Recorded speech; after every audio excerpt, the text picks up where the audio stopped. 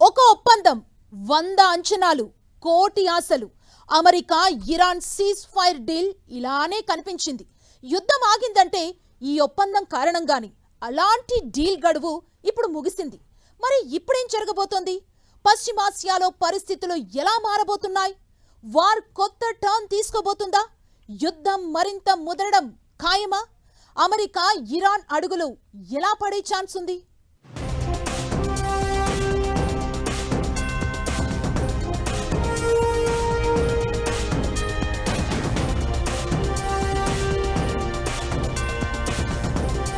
ముగిసిన America Iran cease fire deal కి end. మరి వాట్ నెక్స్ట్? పశ్చిమాసియాలో ఏం జరగబోతోంది? యుద్ధం మరింత ముదరడం ఖాయమా? అసలు సీజ్ ఫైర్ డీల్లో ఉన్నది ఏంటి? ఒప్పందం తర్వాత అసలేం జరిగింది?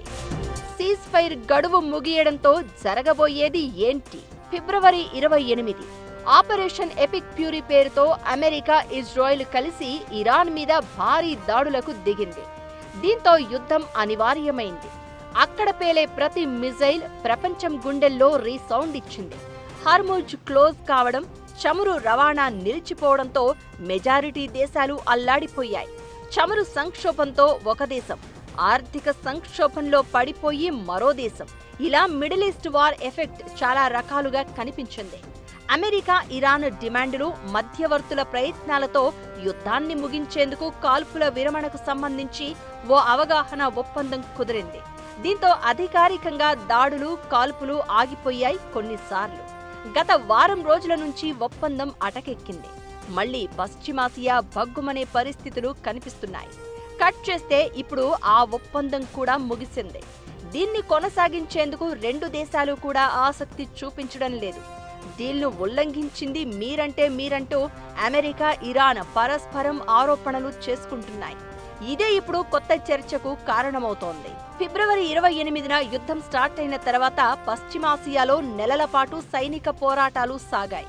ఈ ఉద్రిక్తతలకు బ్రేక్ వేస్తూ అమెరికా, ఇరాన్ మధ్య జూన్ 17న 60 రోజుల తాత్కాలిక అవగాహన ఒప్పందం కుదిరింది.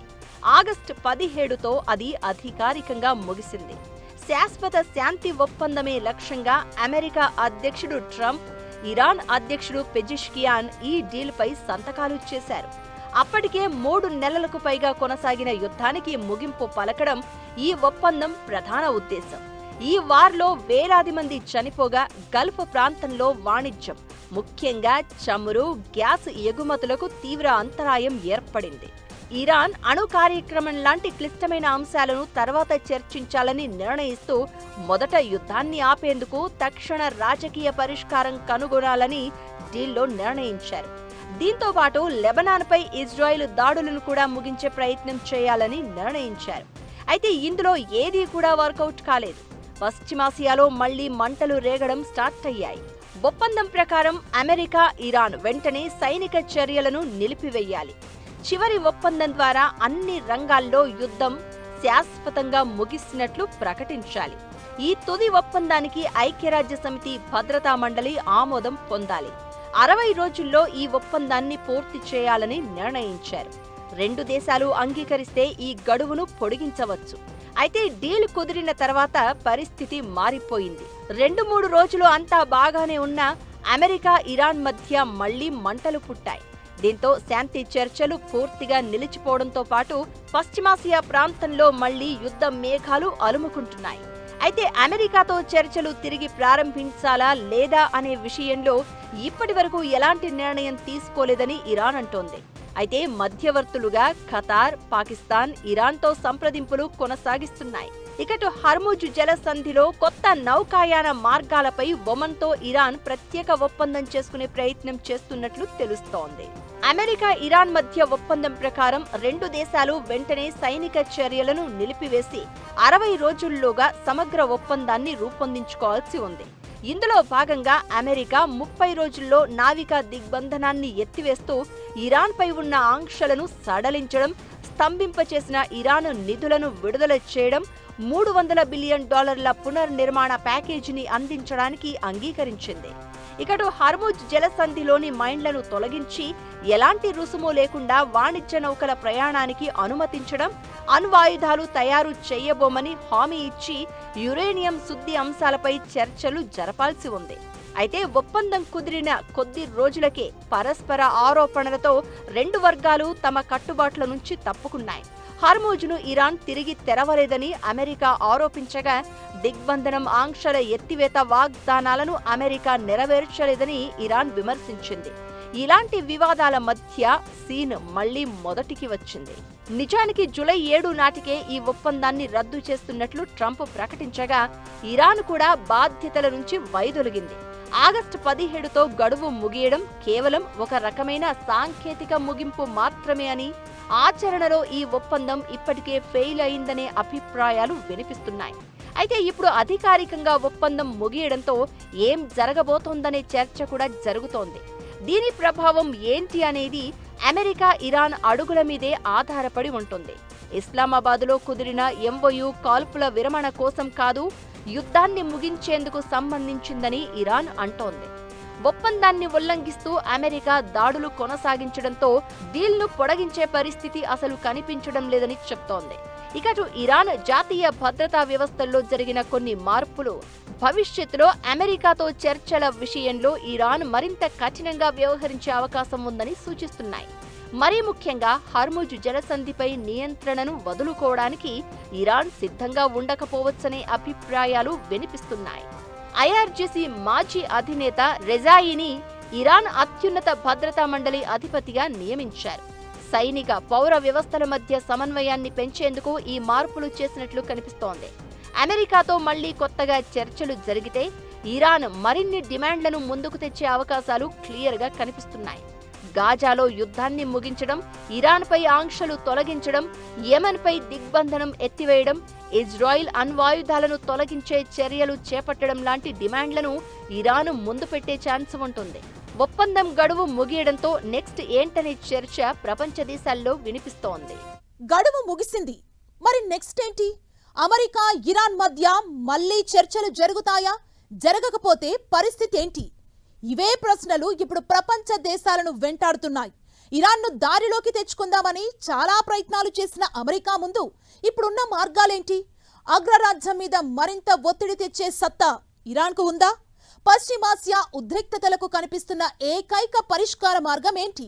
మళ్ళీ చర్చలకు ఛాన్స్ లేదంటున్న ఇరాన్. మరి అమెరికా రియాక్షన్ ఎలా ఉండనుంది? హార్మూజ్ భవిష్యత్తులో మరింత కీలకం కానుందా? ఇరాన్ను US దారిలోకి తెచ్చుకోగలదా? అమెరికా మీద ఇరాన్ ఒత్తిడి తీసుకురాగలదా? ఉద్రిక్తతలు ఆగాలంటే ఉన్న మార్గం ఏంటి? ప్రస్తుతం అమెరికా ఇరాన్ వివాదానికి హార్మూజ్ కేంద్ర బిందువుగా మారింది. ప్రపంచ చమురు రవాణాలో కీలకమైన ఈ జలమార్గం కేవలం తమ నియంత్రణలోనే ఉంటుందని ఇరాన్ స్పష్టం చేసింది. 60 రోజుల గడువు ముగిసినంత మాత్రాన వాణిజ్య నౌకల ప్రయాణం సాధారణ స్థితికి రాదని తేల్చి చెప్పింది. హార్మూజ్ తెరవాలన్నా, క్లోజ్ కావాలన్నా దానికి ఆదేశించాల్సింది తామే అంటోంది ఇరాన్. ఇది అమెరికాకు ఎదురైన అతిపెద్ద ఓటమి అని, ఈ వాస్తవాన్ని ఆ దేశం అంగీకరించాలని డిమాండ్ చేస్తోంది. ఇకటు హార్మూజ్ జలసంధిపై అమెరికా ఆధిపత్యం, భద్రతా నియంత్రణ కొనసాగుతాయని ట్రంప్ అంటున్నారు. దీంతో రాబోయే రోజుల్లో ఈ జలమార్గం మరింత కీలకంగా మారే అవకాశాలు క్లియర్గా కనిపిస్తున్నాయి. హార్మూజ్ జలసంధి విషయంలో ట్రంప్ సర్కార్ ఘాటైన ప్రకటనలు చేస్తోంది. ఇరాన్ను ఓడించిన తర్వాత హార్మూజ్ను అమెరికా భూభాగంగా ప్రకటిస్తామని ట్రంప్ అంటున్నారు. ఇరాన్పై ఇప్పటి వరకు చూడని స్థాయిలో ఆంక్షలు విధిస్తామని అమెరికా ఆర్థిక మంత్రి స్కాట్ బెసెంట్ సంచలన కామెంట్స్ చేశారు. నిజానికి వెనుజువేలా పరిణామాలతో ఇరాన్ను కూడా తమ దారిలోకి తెచ్చుకోవాలని, గుప్పిట్లో పెట్టుకోవాలని ట్రంప్ ప్రయత్నించగా సీన్ రివర్స్ అయింది. టెహ్రాన్ను కార్నర్ చేసేందుకు చేసిన ప్రతి ప్రయత్నం వెడిసికొట్టింది. అలాంటిది ఇప్పుడు ఇరాన్ మీద మరింత ఒత్తిడి తీసుకురావడానికి ట్రంప్ దగ్గర ప్రస్తుతం పెద్దగా మార్గాలు లేనట్లుగా పరిస్థితులు కనిపిస్తున్నాయి అనే అభిప్రాయాలు వినిపిస్తున్నాయి. అమెరికా దగ్గర ప్రస్తుతం కొన్ని రక్షణ క్షిపణుల నిల్వలు భారీగా తగ్గిపోయాయి. ఇకటు వ్యూహాత్మక చమురు నిల్వలు కూడా తగ్గిపోయాయి. విమాన వాహక నౌకలు సహా కీలకమైన సైనిక పరికరాలను ప్రణాళిక కంటే ఎక్కువ కాలం సముద్రంలో ఉంచాల్సి వచ్చింది. దీంతో ఇరాన్పై మరిన్ని సైనిక చర్యలు చేపట్టే అవకాశాలు అమెరికాకు పరిమితంగా ఉన్నాయనే చర్చ జరుగుతోంది. ఆర్థిక ఒత్తిడి విషయంలో ఇరాన్ తన మార్కు చూపిస్తోంది. హార్ముజ్ జలసంధిలో నౌకల రాకపోకలను అడ్డుకోవడం ద్వారా గ్లోబల్ ఆర్థిక వ్యవస్థపై ప్రభావం చూపగల సామర్థ్యం తమకు ఉందని ఇరాన్ ప్రపంచానికి పరిచయం చేసింది. అయితే ఇప్పుడు ఒప్పందం ముగిసింది. అమెరికా మళ్లీ దాడులు ముమ్మరం చేస్తే ఇరాన్ ఎన్ని రోజులు యుద్ధాన్ని కొనసాగించగలదు? అగ్రరాజ్యం మీద ఎంతవరకు ఒత్తిడి తీసుకురాగలదనే ప్రశ్నలు తెర మీదకు వస్తున్నాయి. ఒప్పందం ముగిసింది, మరి పశ్చిమాసియాలో నెక్స్ట్ ఏంటి అనే ప్రశ్న ఇప్పుడు అందరి మెదళ్లను తొలుస్తోంది. ప్రస్తుతం అమెరికా మీద ఇరాన్ చాలా కోపంతో ఉంది. జూన్లో కుదిరిన ఎంఓయూలో ఇచ్చిన ఏ హామీలను అమెరికా నెరవేర్చలేదని టెహ్రాన్ భావిస్తోంది.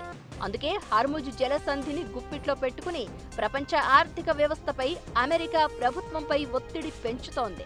అయితే ఇప్పుడు ఇరాన్ వెనక్కి తగ్గాలన్నా, పశ్చిమాసియా ఉద్రిక్తతలు ముగియాలన్నా ఒక్కటే మార్గం. యుద్ధానికి ఇరాన్కు పరిహారం లభించేలా, హార్ముజ్ మీద ఆ దేశానికి నియంత్రణ ఉండేలా ఒక కొత్త ఒప్పందం తీసుకురావడమే అనే అభిప్రాయాలు వినిపిస్తున్నాయి. మరి దీనిపై అగ్రరాజ్యం రియాక్షన్ ఎలా ఉండబోతుందనేది ఆసక్తి రేపుతోంది. అమెరికా మధ్యంతర ఎన్నికల తర్వాత ఈ వివాదానికి పరిష్కారం లభించే అవకాశాలు కనిపిస్తున్నాయనేది మరికొందరి వాదన. ఇరాన్, అమెరికా శాంతిస్తాయా? చర్చలకు మళ్లీ సిద్ధమవుతాయా? అదే జరిగితే ఈసారి తెరపైకి వచ్చే డిమాండ్లు ఏంటి? ఏం జరగబోతుందనేది చూడాలి మరి.